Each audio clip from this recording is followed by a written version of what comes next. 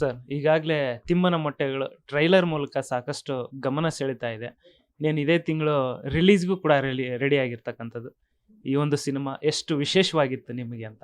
ಗುಂಡಪ್ಪನವರು ಚಿತ್ರಿಸಿದ ಒಬ್ಬ ತಿಮ್ಮ ಮತ್ತು ಈ ತಿಮ್ಮನ ಮೊಟ್ಟೆಗಳು, ಈ ತಿಮ್ಮ ಅನ್ನೋ ಪದಕ್ಕೆ ಏನೋ ಬೇರೆ ವಿಶೇಷವಾದ ಅರ್ಥವ್ಯಾಪ್ತಿ ಇರಬೇಕು. ಹಾಗಾಗಿ ರಕ್ಷಿತ ತೀರ್ಥಹಳ್ಳಿಯವರು ತಮ್ಮ ಕಾಡಿನ ನೆಂಟರು ಅನ್ನೋ ಕೃತಿಯನ್ನು ಆಧಾರ ಇಟ್ಕೊಂಡು ಅದರಲ್ಲಿ ಬರುವಂಥ ಒಂದು ಕಥನ, ಅದನ್ನು ತಿಮ್ಮನ ಮೊಟ್ಟೆಗಳಲ್ಲಿ ಉರ್ಗ ಸಂತತಿ, ಅದರಲ್ಲೂ ಕಾಳಿಂಗ ಸರ್ಪ ಯಾಕೆ ಕಣ್ಮರೆ ಆಗ್ತಾ ಇದೆ, ಅಥವಾ ಅದರಲ್ಲಿ ಈಗ ಕಳ್ಕೊಂಡಿರ್ಬೋದಾದ ತೋಲ ಇದೆಯಲ್ಲ, ಅದ್ರ ಕುರಿತಾಗಿ ಬಹಳ ಒಳ್ಳೆಯ ಕಥನವನ್ನು ರಕ್ಷಿತರು ಮಾಡ್ಕೊಂಡಿದ್ದಾರೆ. ಅರಕ್ಷಿತ ಭಾವ ಇರುವಂಥ ಜೀವ ವೈವಿಧ್ಯದಲ್ಲಿ ಈಗ ರಕ್ಷಿತ ಅನ್ನೋ ಹೆಸರಿನಲ್ಲಿರುವಂಥ ಈ ನಿರ್ದೇಶಕರು ತಿಮ್ಮನ ಮೊಟ್ಟೆಗಳು ಇದನ್ನು ಮಾಡ್ತಿರುವಂಥದ್ದು ತುಂಬ ವಿಶೇಷವೇ. ಅಂದರೆ ವಿಶೇಷದಲ್ಲಿ ಶೇಷವೂ ಇರೋದರಿಂದ ಶೇಷ ನಮ್ಮ ಈ ಜೀವ ವೈವಿಧ್ಯದಲ್ಲಿ ಇರಬಹುದಾದಂಥ ಅಸಮತೋಲ, ಈ ಅಸಮತೋಲವನ್ನು ಸರಿಪಡಿಸೋದಕ್ಕಾಗಿ ನಾವು ಮಾಧ್ಯಮದ ಬಳಕೆ ಮಾಡ್ತಿರೋದು ವಿಶೇಷ ನನಗನ್ನಿಸಿದೆ. ಸಾಮಾನ್ಯವಾಗಿ ಏಕಪಕ್ಷಿ, ನಾವು ಸಿನಿಮಾ ಮಾಡೋದೇ ಏಕಪಕ್ಷೀಯವಾಗಿ ಒಂದು ನಿರ್ದೇಶಕರ ನಿಲುವು ಯೋಚನೆ ಮಾಡ್ತೀವಿ. ಆದರೆ ಸಮಷ್ಟಿ ಪ್ರಜ್ಞೆಯಲ್ಲಿ ಎಷ್ಟು ಇದನ್ನು ಹೇಳೋಕ್ಕೆ ಹೊರಡುವಂಥದ್ದು ಇದೆಯಲ್ಲ, ಅದು ಈ ನಮ್ಮ ತಿಮ್ಮನ ಮೊಟ್ಟೆಗಳು ಚಿತ್ರಕೃತಿ ತುಂಬ ಸಹಕಾರಿ ಅಂತ ನನಗನ್ಸುತ್ತೆ. ನಾವೆಲ್ಲ ಮಾಧ್ಯಮದ ಸದ್ಬಳಕೆ ದುರ್ಬಳಕೆ ಮಾಡ್ತಲೇ ಇರ್ತೇವೆ. ಅದು ಏಕಕಾಲಕ್ಕೆ ಸತ್ಪರಿಣಾಮವನ್ನು ಅಥವಾ ದುಷ್ಪರಿಣಾಮವನ್ನು ಬೀರಬಲ್ಲಂತಹ ತುಂಬ ಪ್ರೌಢವಾದ ಮತ್ತು ಬಹಳ ದೊಡ್ಡ ಪ್ರಕಾಂಡ ಸತ್ಯಗಳನ್ನು ಹೇಳಿಬಿಡುವಂಥ ಮಾಧ್ಯಮ ತಮ್ಮೆಲ್ಲರಿಗೂ ಗೊತ್ತಿದೆ. ಸುಳ್ಳು ನಮಗೆ ಹೆಚ್ಚು ಇಷ್ಟವಾಗುತ್ತೆ, ಸತ್ಯವಲ್ಲ. ಈ ತಿಮ್ಮನ ಮೊಟ್ಟೆಗಳು ಸತ್ಯವನ್ನು ಹೇಳುವಂಥ, ಅಂದರೆ ವಾಸ್ತವದ ದರ್ಶನ ಮಾಡಿಸುವಂಥ, ವಾಸ್ತವದ ನೆಲಗಟ್ಟಿಟ್ಕೊಂಡಂಥ ಚಿತ್ರ.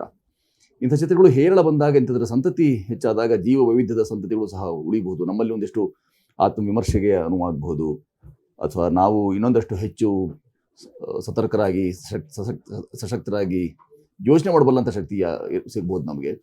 ಎಲ್ಲಿ ಎಡುತ್ತಿದ್ದೀವಿ ಅಂತ ನಾವೆಲ್ಲ ಮಾನವ ಪ್ರಾಣಿ ಸಂಘರ್ಷ ಅಂತ ಯಾವಾಗಲೂ ಹೇಳ್ತಿರ್ತೇವೆ. ಆ ಸಂಘರ್ಷ ಆಗೋದು ಯಾಕೆ ಅಂತ ಹೇಳಿದ್ರೆ, ಪ್ರಾಣಿಗಳ ಸಂಕುಲ ಎಲ್ಲಿ ಬದುಕುತ್ತೆ ಅಲ್ಲಿ ಮಾನವ ತನ್ನ ಲಾಲಸೆಯಿಂದ ಕಾಡನ್ನೋ ಮತ್ತೊಂದೋ ಆಕ್ರಮಿಸ್ಕೊಂಡು ಬಿಡ್ತಾನೆ ಅನ್ನೋ ಕಾರಣಕ್ಕಾಗಿ ಸಂಘರ್ಷಗಳು ಏರ್ಪಡುತ್ತೆ. ಅವ್ರ ಜಾಗದಲ್ಲಿ, ಅದೇ ಪ್ರಾಣಿ ಸಂಕುಲಗಳ ಜಾಗದಲ್ಲಿ ನಾವಿದ್ದೇವೆ ಅನ್ನೋದಕ್ಕಾಗಿಯೇ ಈ ಸಮಸ್ಯೆಗಳು ಉದ್ಭವ ಆಗ್ತಾ ಇದೆ.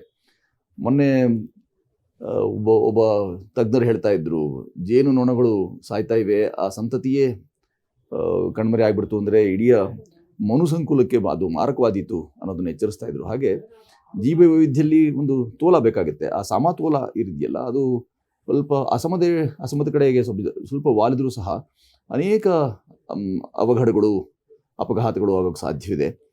ಅಂಥವನ್ನೆಲ್ಲ ಆಗಬೇಕೇ ಬೇಡವೇ, ಏನಾಗ್ತಾ ಇದೆ ಈ ವಲಯದಲ್ಲಿ, ಅದರಲ್ಲೂ ಉರ್ಗ ಸಂತತಿ ವಿಚಾರದಲ್ಲಿ ಏನೆಲ್ಲ ಸದ್ಯದ ಸ್ಥಿತಿ ಇದೆ, ಅದರ ಗತಿ ಏನು ಅನ್ನೋದನ್ನ ಒಂದು ಕಥನದ ಮುಖಾಂತರ ಹೇಳಬೇಕಾದ ವಿಚಾರವನ್ನು ಕೊಂಚ ವಿಜೃಂಭಿಸಿಯೋ ವೈಭವೀಕರಿಸಿಯೋ ಹೇಳಿದಾಗ ಸಿಗ್ಬೋದಾದ ಮಾಹಿತಿ ಇದೆಯಲ್ಲ, ಅದು ಬಹಳ ದೊಡ್ಡದಿದೆ. ಅದಕ್ಕೋಸ್ಕರ ಆ ಎಲ್ಲ ಕಾರಣಗಳಿಂದಾಗಿ ತಿಮ್ಮನ ಮೊಟ್ಟೆ ವಿಶೇಷ ಅಂತ ಅನಿಸುತ್ತೆ. ರಕ್ಷಿತ ತೀರ್ಥಹಳ್ಳಿ ಈ ಹಿಂದಿ 2-3 ಚಿತ್ರಗಳನ್ನು ಮಾಡಿದ್ರು. ಅದರಲ್ಲೂ ಈ ಥರದ ಕೆಲವು ಸಂಗತಿಗಳನ್ನು, ವಿಷಯಾಧಾರಿತ ಸಂಗತಿಗಳನ್ನು ಚರ್ಚೆ ಮಾಡಿದರು. ಈಗ ಮಾಧ್ಯಮದ ಸದ್ಬಳಕೆ ಮಾಡಿದ್ದಾರೆ. ಮತ್ತೊಮ್ಮೆ ಒಂದು ಕೇವಲ ಕಾದಂಬರಿ ಆಧಾರಿತ ಅಂತ ಕ್ಲೀಶೆ ಅಷ್ಟೇ ಅಲ್ಲದೆ ಸಿದ್ಧಸೂತ್ರಗಳಿಗೆ ಮೊರೆ ಹೋಗದೆ, ಅವರು ಬಯಸಿದ್ರೆ ಹಣಕಾಸಿನ ಮರಳಿಕೆಗೋಸ್ಕರ ಏನೋ ಮಾಡ್ಬೋದಾಗಿತ್ತು. ಆದರೆ ಅವರು ಆಯ್ದುಕೊಂಡ ಮತ್ತು ಪರಿಸರ ಕಾಳಜಿ ಅಥವಾ ಸಮಾಜ ಕಾಳಜಿ ಇದೆಯಲ್ಲ, ಅದು ಮನುಸಂಕುಲಕ್ಕೆ ತುಂಬ ಪೂರಕವಾಗಿ ನಿಲ್ಲುವಂಥದ್ದಾಗಿರೋದ್ರಿಂದ ತಿಮ್ಮನ ಮೊಟ್ಟೆಗಳು ವಿಶೇಷ ಚಿತ್ರ ಆಗುತ್ತೆ. ನಾವೆಲ್ಲರೂ ರಸಗ್ರಹಣ, ನಾವು ಹಾಗೆ ನೋಡಿಕೊಂಡ್ರೆ ಕನ್ನಡದ ಸಹೃದಯ ಪ್ರೇಕ್ಷಕರಿದ್ದಾರಲ್ಲ, ಅವರು ಹೃದಯವಂತರು. ಯಾಕೆಂದರೆ ಕಲಾ ನೈಪುಣ್ಯವನ್ನು ಯಾರು ಆಸ್ವಾದಿಸ್ತಾರೆ ಅಂತ ಹೇಳಿದ್ರೆ, ಯಾರು ರಸ ಪರಿಚಯ ಇರುತ್ತೆ ಅಂಥವರು ಇಂಥ ಚಿತ್ರಗಳಿಗೆ ಹೆಚ್ಚು ಮನ್ನಣೆ, ಮಾನ್ಯತೆ, ಪ್ರಾಮುಖ್ಯತೆಯನ್ನು ಕೊಟ್ಟು ಇದನ್ನು ವೀಕ್ಷಿಸುವುದಷ್ಟೇ ಅಲ್ಲದೆ ಅದರಲ್ಲಿರೋ ಅಡಕವನ್ನು ತಮ್ಮ ಎದೆಯಾಳಕ್ಕೆ ಇಳಿಸ್ಕೊಂಡು ಅದರ ಅನುಷ್ಠಾನಕ್ಕೂ ನಾವು ಮುಂದಾಗಬೇಕಾಗುತ್ತೆ. ಮುಂದಾಗುವಂಥದ್ರಲ್ಲಿ ಕೇವಲ ಉದ್ಘೋಷ, ಕೇವಲ ಹೇಳಿಕೆಗಳಷ್ಟೇ ಸೀಮಿತವಾಗಿದೆ.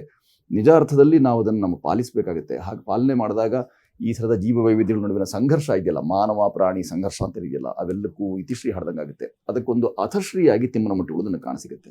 ಈ ಥರದ ಸಾಕಷ್ಟು ಸಬ್ಜೆಕ್ಟ್ಗಳನ್ನು ಹೇಳಿರ್ತಕ್ಕಂಥದ್ದು ಜೊತೆಗೆ ಅಳಿವಿನ ಅಂಚಿನಲ್ಲಿರ್ತಕ್ಕಂಥ ಪ್ರಾಣಿ ಸಂಕುಲ, ಜೀವಿ ಸಂಕುಲ ಬಗ್ಗೆನೂ ಕೂಡ ಸಾಕಷ್ಟು ಸಿನಿಮಾಗಳು ಸಾಕಷ್ಟು ಬಾರಿ ಇಂಪ್ಯಾಕ್ಟ್ ಆಗಿದೆ. ಬಟ್ ಇದು ತಿಮ್ಮನ ಮೊಟ್ಟೆಗಳು ಇವತ್ತಿನ ಜನರೇಷನ್ಗೆ ಯಾವ ರೀತಿಯಾದಂಥ ಪ್ರಭಾವ ಬೀರ್ಬೋದು ಅಂತ, ಹೇಗೆ ಬದಲಾವಣೆ ತರಬಹುದು ಅಂತ? ಅಳಿವಿನಂಚು ಇತ್ಯಾದಿ ಪದಗಳು ಬಳಕೆ ಮಾಡಬೇಕಾದಾಗ ನಾವೇ ಕೇಳ್ಕೊಳ್ಬೇಕಾದ ಪ್ರಶ್ನೆ, ಅಳಿವಿಗೆ ಕಾರಣ ಯಾರು ಅಂತ, ಕಾರಣೀಭೂತ ಏನಿರಬಹುದು?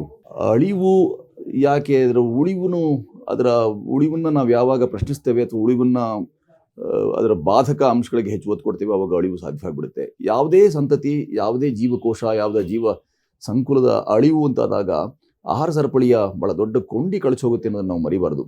ಅಂಥ ಕೊಂಡಿ ಕಳಚಿ ಹೋಗ್ಬೋದಾದಂಥ ಗಾಬರಿಯೊಂದನ್ನು ರಕ್ಷಿತರು ಮುಂಗಾಣಿಕೆ ಇಟ್ಟುಕೊಂಡು ಮಾಡಿದ್ದಾರೆ ಅಂತ. ಈಗಾಗಲೇ ತುಂಬ ತಡವಾಗಿಬಿಟ್ಟಿದೆ. ನಾವು ಕಾಡಿನ ನಂಟನ್ನು ತಿರಸ್ಕರಿಸಿ, ಕಾಡನ್ನು ತ್ಯಜಿಸಿ, ಅಥವಾ ಕಾಡಿನಲ್ಲಿ ಸಿಗ್ಬೋದಾದ ಎಲ್ಲ ಜೀವ ವೈವಿಧ್ಯವೋ ಅಥವಾ ಔಷಧೀಯ ಮೂಲಗಳಿರುವಂಥ ಸಸ್ಯಗಳು ಅಥವಾ ಅದರಲ್ಲಿರ್ಬೋದಾದ ಅಷ್ಟು ಸಂಪತ್ತನ್ನು, ವನ ಸಂಪತ್ತು ಅದರಲ್ಲಿ ಇದ್ದಂಥ ಅಷ್ಟನ್ನು ನಾವು ದೋಚಿದ್ದೇವೆ ನಮ್ಮ ಮನುಷ್ಯನ ಲಾಲಸೆಯ ಗುಣದಿಂದಾಗಿ.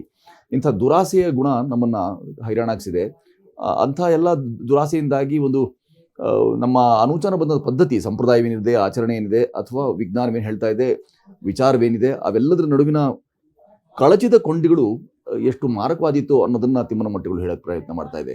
ಈ ಕಾರಣಕ್ಕಾಗಿ ಅದು ಬೇರೆ ಬೇರೆ ಚಿತ್ರೋತ್ಸವಗಳಲ್ಲಿ ಆಯ್ಕೆಗೊಂಡು ಹೊರದೇಶಗಳಲ್ಲಿಯೂ ಮೊದಲು ಪ್ರದರ್ಶನ ತಗೊಂಡು ಈಗ ಬಿಡುಗಡೆ ಆಗ್ತಿರುವಂಥದ್ದು ವಿಶೇಷ. ಅದು ಹೊರದೇಶಿಗರು ಇದು ಚೆನ್ನಾಗಿ, ಅಲ್ಲಿನ ಕನ್ನಡಿಗರು ಸಹ ಇದನ್ನು ಸ್ವೀಕರಿಸಿ ಚೆನ್ನಾಗಿದೆ ಅಂತ ಹೇಳಿದ ನಂತರ ನಮ್ಮಲ್ಲಿ ಬಿಡುಗಡೆ ಆಗ್ತಿರೋದ್ರಿಂದ ಒಂದಷ್ಟು ಕುತೂಹಲವನ್ನಾದರೂ, ಅಸಹಜ ಕುತೂಹಲನಾದರೂ ಇಟ್ಟುಕೊಂಡು ತಿಮ್ಮನಮಟ್ಟಿಗಳನ್ನು ಗಮನಿಸಿದ ಮೇಲೆ ಪ್ರಾಯ ನಮಗೆ ಅರ್ಥವಾದೀತು ಈ ಚಿತ್ರವನ್ನು ಮಾಡಿದ್ದೇಕೆ, ಮತ್ತು ಇದರ ಅಡಕದಿಂದಾಗಿ ನಮಗೆ ಮುಂದೆ ಬರುವ ತಲೆಮಾರುಗಳಿಗೆ ಅಥವಾ ಪೀಳಿಗೆಗೆ ಆಗ್ಬೋದಾದ ಪ್ರಯೋಜನವೇನೋ, ಲಾಭವೇನು ಅಂತ. ಅದರಲ್ಲೂ ಎಳೆಯರು ಯಾವ್ಯಾವುದಕ್ಕೂ ಆತುಕೊಂಡಿದ್ದೇವೆ. ಅಂಗೈನ ಅರಮನೆ ಅಂತ ಹೇಳಿ ನಮಗೆ ವ್ಯವಧಾನ, ಸಂಯಮ, ತಾಳ್ಮೆಗಳಿಲ್ಲ ಅನ್ನೋ ಕಾರಣಕ್ಕಾಗಿ ಸಣ್ಣ ಅವಧಿಯ ಯಾವುದೇ ಒಂದಿಷ್ಟು ಕೃತಿಗಳನ್ನು ನೋಡೋ ಪ್ರಯತ್ನ ಮಾಡ್ತಿದ್ದೇವೆ ನಾವು. ಅದರ ನಡುವೆ ತಿಮ್ಮನಮಟ್ಟಿಗಳು ಅಂತದನ್ನು ನೋಡಿದಾಗ ನಮಗೆ ನಾವು ಎಲ್ಲಿದ್ದೇವೆ, ಇನ್ನೆಲ್ಲಿಗೆ ಹೋಗಬೇಕಾಗಿದೆ, ಸಾಮಾನ್ಯವಾಗಿ ಮೈಲಿಗಲ್ಲು ಹೇಳಬಹುದಾದಂಥ, ಅದು ಕೊಡಬಹುದಾದಂಥ ಸಂದೇಶ, ಅದು ಎಷ್ಟು ದೂರ ಬಂದಿದ್ದೇವೆ, ಇನ್ನಷ್ಟು ದೂರ ಹೋಗ್ಲಿಕ್ಕಿದೆ ಅನ್ನೋದು. ಆ ಥರದ ಮೈಲಿಗಲ್ಲು ಸಿನಿಮಾಗಳು ಬಹಳ ಕಡಿಮೆ ಆಗ್ತಾ ಇವೆ. ಈ ಥರದ ತಿಮ್ಮನಮಟ್ಟಿಗಳು ಸಂಖ್ಯೆ ಜಾಸ್ತಿ ಆಗುತ್ತೆ. ಆಗಲಿ ಆ ಸಂತತಿ, ವರ್ಗ ಸಂತತಿ ಅಷ್ಟೇ ಅಲ್ಲದೆ ಜೀವ ವೈವಿಧ್ಯ ಸಂತತಿಯು ಮತ್ತು ಇಂಥ ಚಿತ್ರ ನಿರ್ಮಿತಿ ಮಾಡುವಂಥ ತಂಡಗಳ ಸಂತತಿಯು ಹೆಚ್ಚಾಗಬೇಕು ಅಂತ ನಾನು ಆಶಿಸ್ತೀನಿ. ಇವತ್ತಿನ ಈ ಒಂದು ಕಮರ್ಷಿಯಲ್ ಯುಗದಲ್ಲಿ, ಪ್ಯಾನ್ ಇಂಡಿಯಾ ಕಾನ್ಸೆಪ್ಟ್ ಈ ಥರದ ಇದರಲ್ಲಿ ತಿಮ್ಮನಮಟ್ಟೆ ಸಿನಿಮಾ ಮಾಡಬೇಕಂದ್ರೆ ಸಾಮಾನ್ಯವಾಗಿ ಅದನ್ನು ತಗೋಬೇಕಂದಾಗ ನಿರ್ದೇಶಕರಿಗೆ ಒಂದು ಧೈರ್ಯ ಬೇಕಾಗುತ್ತೆ. ಆ ನಿರ್ದೇಶಕರ ಬಗ್ಗೆ ಏನು ಹೇಳಕ್ಕೆ ಇಷ್ಟಪಡ್ತೀರಾ ಸರ್, ರಕ್ಷಿತ್ ಅವ್ರ ಬಗ್ಗೆ? ಸಾಹಸ ಯಾವುದಾಗುತ್ತೆ ಅಂತ ಹೇಳಿದ್ರೆ, ನಾನು ಮುಂದೆಜ್ಜೆ ಇಟ್ಟರೆ ಎಲ್ಲಿ ಮುಳುಗಿ ಹೋಗ್ತೇನೋ, ಆಗ ನಮಗೇನು ತೊಂದರೆ ಆಗುತ್ತೋ ಅಂತ ಯೋಚನೆ ಮಾಡೋವಂಥವ್ರದ್ದು ಸಾಹಸವಾಗಲಾರ್ದು. ಅದೊಂದು ತುಂಬ ಲೆಕ್ಕಾಚಾರ ಆಗಿಬಿಡುತ್ತೆ. ಲೆಕ್ಕಾಚಾರ ಅಥವಾ ಲೆಕ್ಕಕ್ಕಾಗಿಯೇ, ಗಣಿತಕ್ಕಾಗಿಯೇ, ಅಥವಾ ವ್ಯಾಪಾರಕ್ಕಾಗಿಯೇ, ವಾಣಿಜ್ಯಕ್ಕಾಗಿಯೇ ಮಾಡಿದ ಪ್ರಯತ್ನಗಳಿಗೆ ಅದೊಂದು ಜೂಜಾಟವೇ ಆಗುತ್ತೆ. ಕಟ್ಟಿರ್ತೇವೆ ಕುದುರೆ ಬಾಲಕ್ಕೆ, ಅದು ತಂದು ಕೊಟ್ಟಿತು, ಓಡಿತು. ಒಂದು ಕುದುರೆ ಓಡುವುದು ತಾನು ಗೆಲ್ಲಲಿ ಅನ್ನೋ ಕಾರಣಕ್ಕಾಗಿ ಅಲ್ಲ, ತನ್ನ ಮೇಲೆ ಕೂತಿರುವಂಥ ಸವಾರ ಅದನ್ನು ತಿವಿದು ನೀನು ಓಡಲಿಲ್ಲ ಅಂದರೆ ನಿನ್ನ ಪೆಟ್ಟುಕೊಡ್ತೇನೆ ಅನ್ನೋ ಭಯಕ್ಕಾಗಿ ಕುದುರೆ ಓಡುತ್ತೆ. ಆ ಥರದ ಭಯ ಇಲ್ಲಿರುವಂಥವ್ರು ಯಾರು ಭಯವರ್ಜನ ಮಾಡಿರ್ತಾರೆ, ಭಯವರ್ಜನವನ್ನು ಮಾಡಿರ್ತಾರೆ. ಸರ್ವತ್ರ ಭಯವರ್ಜನ ಅಂತ ದೊಡ್ಡವ್ರು ಹೇಳಿದ್ದಾರೆ ನಮಗೆ. ಇಂಥ ಕೆಲಸಗಳು ಅವರಿಗೆ ಆತ್ಮತೃಪ್ತಿಯನ್ನು, ಆತ್ಮಸಂತೋಷವನ್ನು ತಂದು ಕೊಡುತ್ತೆ. ಇಂಥ ಹಣಕ್ಕಾಗಿಯೇ ಮಾಡುವಂಥ ಕೆಲಸಗಳು ಬೇರೆ ಜನ ಅದಕ್ಕೆ ವರ್ಗವೇ ಇರೋದ್ರಿಂದ, ಅದನ್ನು ಕೇವಲ ಉದ್ಯಮ ಅಂತ ಮಾಡ್ಕೊಂಡಿರೋದ್ರಿಂದ, ಇದಕ್ಕೆ ಹಣ ಬೇಕು ಹೌದು, ಕೇವಲ ಉದ್ಯಮವೇ ಪ್ರಧಾನ ಅಂತಾದಾಗ ಸಹಜವಾಗಿ ಮಾಧ್ಯಮ ಇದೆಯಲ್ಲ ಅದು ಗೌಣವಾಗಿಬಿಡುತ್ತೆ, ಹಿನ್ನೆಲೆ ಸರಿದು ಬಿಡುತ್ತೆ. ಹಾಗಾಗಿ ಮಾಧ್ಯಮ ಮುನ್ನೆಲೆ ಬರಬೇಕು, ಉದ್ಯಮ ಸ್ವಲ್ಪ ಹಿನ್ನೆಲೆಗೆ ಸರ್ಕೊಂತು ಅಂತಂದರೆ ಇಂಥ ಪ್ರಯತ್ನಗಳು ಅನೇಕವಾಗ್ತವೆ. ಅದೃಷ್ಟವಶಾತ್ ನಮ್ಮಲ್ಲಿ ಅಕ್ಷತ ತೀರ್ಥಹಳ್ಳಿ ಅಂಥ ಅನೇಕ ಯುವಕರು ತಾವು ಇಂಥ ಮಾಧ್ಯಮದ ಸದ್ಬಳಕೆ ಮಾಡುವಂಥ ಕೆಲಸಗಳನ್ನು ಮಾಡ್ತಿರೋದ್ರಿಂದ ನಮಗೊಂದೊಂದಿಷ್ಟು ಒತ್ತಾಸೆಯಾಗಿ ಮುಂದಿನ ತಲೆಮಾರುಗಳಿಗೂ ಸಹ ಒಂದು ಪ್ರೇರಣಾದಾಯಿಯಾದ ಪಥದರ್ಶಿ ಕೆಲಸಗಳು ಆಗತ್ವೆ ಅಂತ ನನಗೆ ಆಸೆ.